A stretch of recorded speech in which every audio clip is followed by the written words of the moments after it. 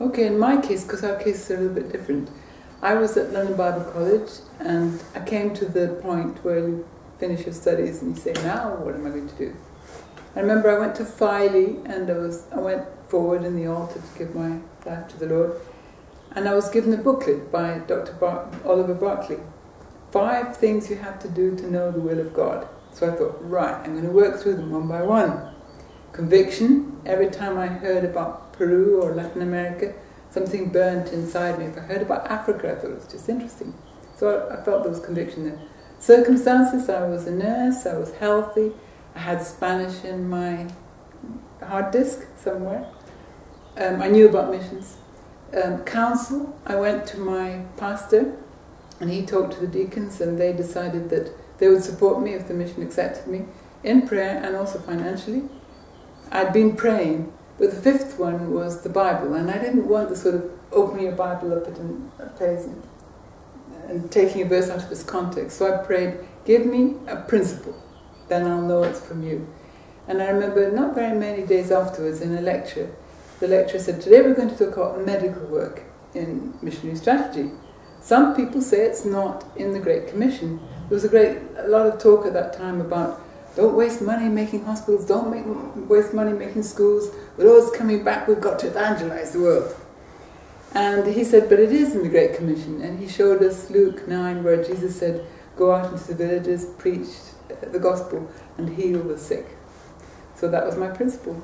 So I applied and got accepted. But his was a different story. Yes, perhaps we more traditionally understood, that missions was a cross-cultural mission going overseas.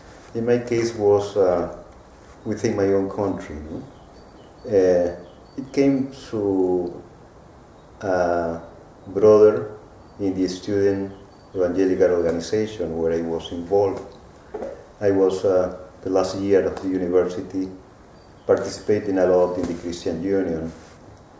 But when I finished it, then the pastoral worker of the Latin American region told me, Humberto, now is your turn. You should be the staff worker for Peru.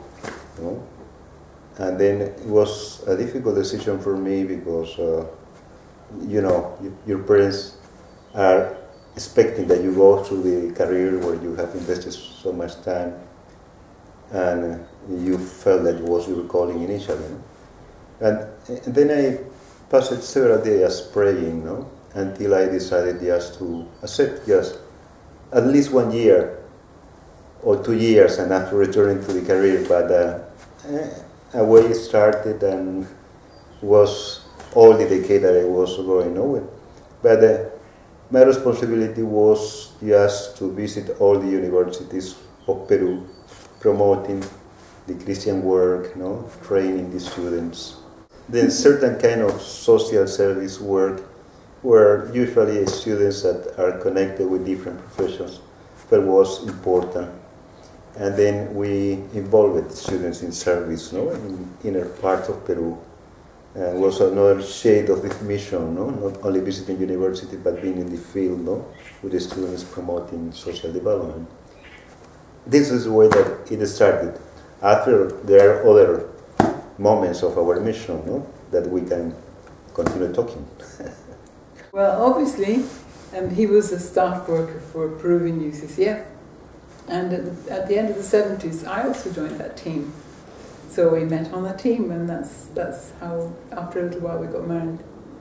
She was assigned for a second period, during the 70s to our organization. And we worked together as colleagues, but after some years, the Lord guided us. I was beginning the next decade, the 1980s, that we started our life married.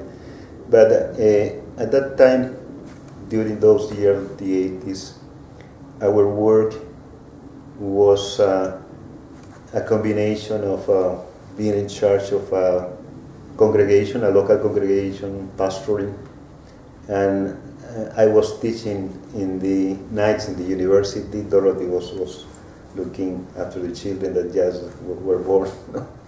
And in the second period of the 80s, we were involved in a regional project in the northern Peru, no? Looking for more than 30 communities, no?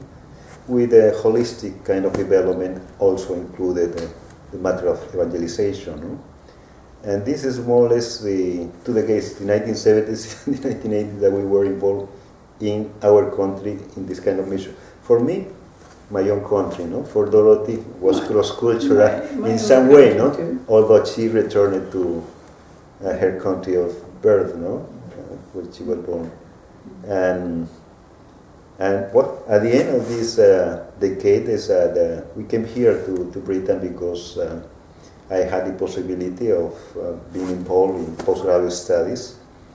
And then when we finished it, that period, is that the Lord opened up the doors just to serve our own denomination, and we were invited to Costa Rica, to Central America, to an assignment totally in education, theological education.